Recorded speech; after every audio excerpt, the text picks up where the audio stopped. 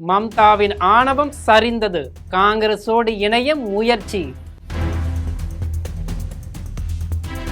35 நாட்களில் எல்லாம் க்ளோஸ். உடன்பிறப்புகளுக்கு ரோசம் இல்லையா? இது பற்றி ஜெம் தொலைக்காட்சி வாயிலாக விரிவாக பார்க்கலாம்.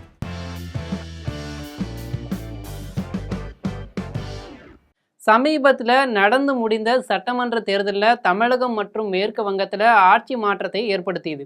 இதில் திமுக கூட்டணி உடைந்து விட்டது. ஆனால் மேற்கு வங்கத்தில் கூத்து வேறு விதமாக நடக்குது. அது என்ன என்பதை பார்க்கலாமா? மேற்கு வங்க சட்டமன்ற தேர்தலுக்கு பிறகு முன்னாள் முதல்வர் மம்தா பானர்ஜி தலைமையிலான திரிணாமுல் காங்கிரஸ் கட்சிக்குள்ள நெருக்கடி ஏற்பட்டிருக்கு. அக்கட்சியை சேர்ந்த பெரும்பான்மை எம்எல்ஏக்களும் எம்பிக்களும் தனியணியாக பிரிந்து செல்ல தொடங்கியிருக்கின்றனர். அவர்கள் திரிணாமுல் காங்கிரஸ் கட்சிக்கு உரிமை கோருவார்கள் என எதிர்பார்க்கப்பட்டது.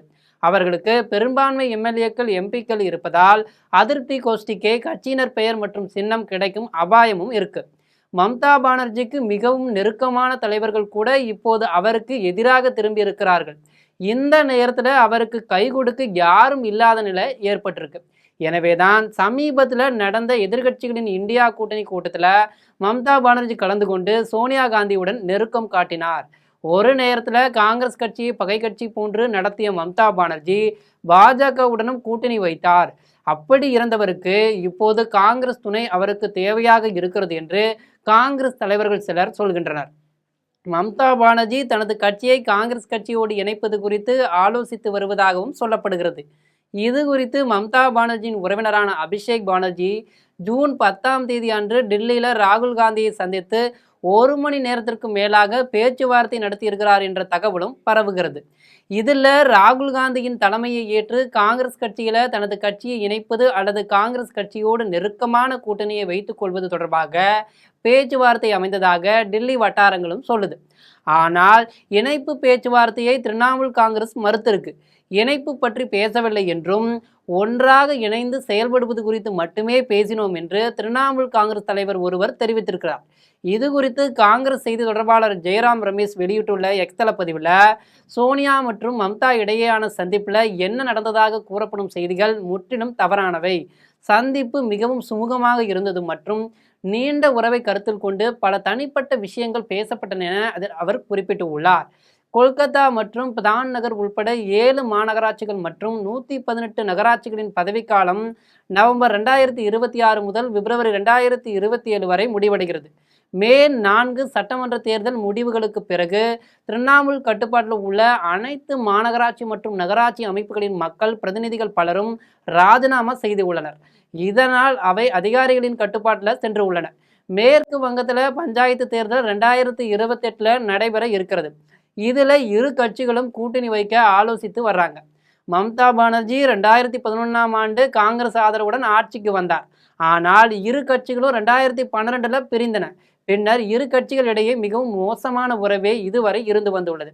மேற்கு வங்க காங்கிரசின் மூத்த தலைவரான ஆதிர் ரஞ்சன் சௌத்ரி இது குறித்து கூறுகையில், ஒரு காலத்தில் காங்கிரஸை உடைத்து வங்காளத்தில் இருந்து கட்சி அளிக்கப்படுவதை உறுதி செய்த அதே மம்தா பானர்ஜி இப்போது காந்தி குடும்பத்தின் ஆதரவை பெற வேண்டிய கட்டாயத்தில் உள்ளார் என்று அவர் கூறினார். திரிணாமுலின் மற்றொரு தலைவரான அப்துல் மன்னன் இது குறித்து கூறுகையில், காங்கிரஸ் தலைமை மீது எனக்கு முழு நம்பிக்கை உள்ளது. மம்தா பானர்ஜியுடன் கூட்டணி இல்லை. சுத்தமான தண்ணீரில் சாக்கடை நீரை கலந்தால் அது சுத்தமான தண்ணீரை மாசுபடுத்தும் என்று கூறினார்.